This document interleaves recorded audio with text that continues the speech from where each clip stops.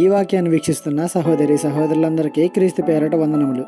ఈరోజు వాక్యం ద్వారా దేవుడు మనతో చెప్తున్న మాట, ప్రేమ కలిగి సత్యము చెప్పుచు క్రీస్తు వలె ఉండుటకు మనం అన్ని విషయములలో ఎదుగుదుము. ఎఫెసీయులకు రాసిన పత్రిక 4:15. పసిపిల్లలకు తల్లి స్పర్శ, గుండె చప్పుడు ఇవే ఎక్కువగా తెలిసేది. నెలలు నిండే కొద్దీ, సంవత్సరాలు గడిచే కొద్దీ ఎదుగుతూ ప్రతి విషయాన్ని తెలుసుకుంటారు. అలాగే క్రీస్తులోనికి నడిపింపబడిన మనం మొదట పాలు తాగేవారమే. వాక్యాన్ని తెలుసుకుంటూ, దేవుని యొక్క ఇష్టాలు తెలుసుకుంటూ, ఆయనతో సహవాసం చేస్తూ ఎదిగితే ఇంకా పాలు తాగేవారం ఎందుకు అవుతాం? ఎదుగుతున్నాం కదా మనం.